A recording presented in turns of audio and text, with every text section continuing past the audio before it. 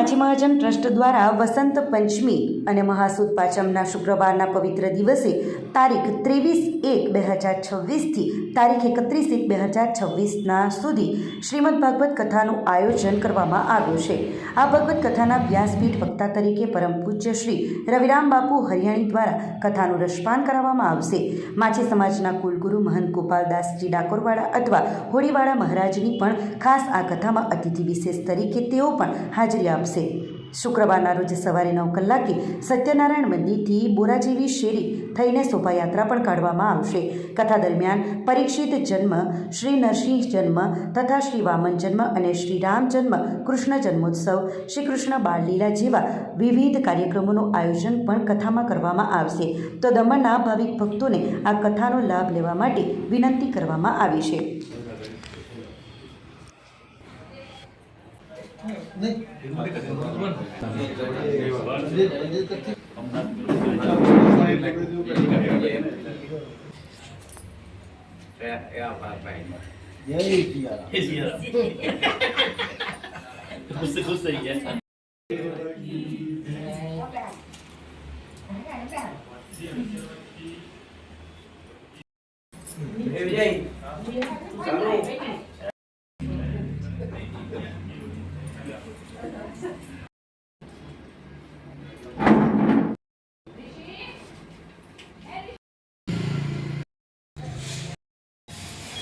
Sir, દર વર્ષની જેમ આ વર્ષે પણ માછી મહાજન ટ્રસ્ટ દ્વારા કથાનું આયોજન કરવામાં આવ્યું છે।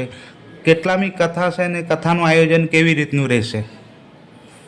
શ્રી માછી મહાજન નાની દમણ દ્વારા દર વર્ષે વસંત પંચમીના શુભ અવસર પર ભગવત કથાનું આયોજન કરે છે।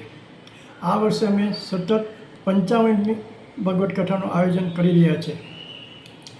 આવતીકાલે શુક્રવાર 26ના રોજ સવારે 9 કલાકે પોઠી યાત્રા શ્રી સત્તર મંદિરથી નીકળી પોઠીના યજમાન શેરી, ફકીયા શેરી થઈ અમારી 18 શેરીમાં ફરીને કથા સ્થળે પહોંચશે। કથાના વક્તા તરીકે શ્રી પૂજ્ય શ્રી રવિરામ બાપુ હરિયાણી રહેશે અને કથામાં અતિથિ વિશેષ તરીકે સમાજના કુલગુરુ માછી સમાજના કુલગુરુ શ્રી મહંત ગોપાલદાસજી મહારાજ રહેશે। તો દમણના દરેક ભાવિ ભક્તજનોને મારી નમ્ર વિનંતી છે કે આ કથાનો લાભ લઈ कथा में रसपान करें। गुरुजी, कल से भगवत कथा का आयोजन किया गया है दमन में मासी समाज द्वारा। किस तरह की कथा का आयोजन है और कितने दिन की कथा का रहेगा? श्री माछी महाजन पंच द्वारा आज लगभग 55 वर्षથી आ दर वसंत पंचमी पर कथाનું આયોજન માછી મહાજન પંચ કરે છે। 55મી કથા છે એમની। ઘણા વર્ષો થઈ ગયા અને એક સનાતન ધર્મની પરંપરા અનુસાર બધા લોકો આની સાથે સંકળાયેલા છે, આખો સમાજ। અને આ 55મી શ્રીમદ ભાગવતની કથા છે। કાલથી શરૂઆત થાય છે, 31 તારીખે એની પૂર્ણાહુતિ છે। આખા સમાજને સુખ અને શાંતિ મળે અને બધા સંપ અને એકતાથી રહે એવો મારો આશીર્વાદ સમાજની સાથે હંમેશા માટે છે અને રહેશે।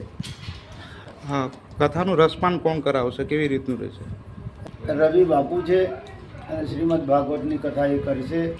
માછી મહાજન મને એમની આ કુલગુરુની ગાદી છે। દર વર્ષે અતિથિ વિશેષ તરીકે મને અહીંયા હંમેશા આમંત્રણ આપે છે અને એ કથાની અંદર મારી હાજરી હોય છે।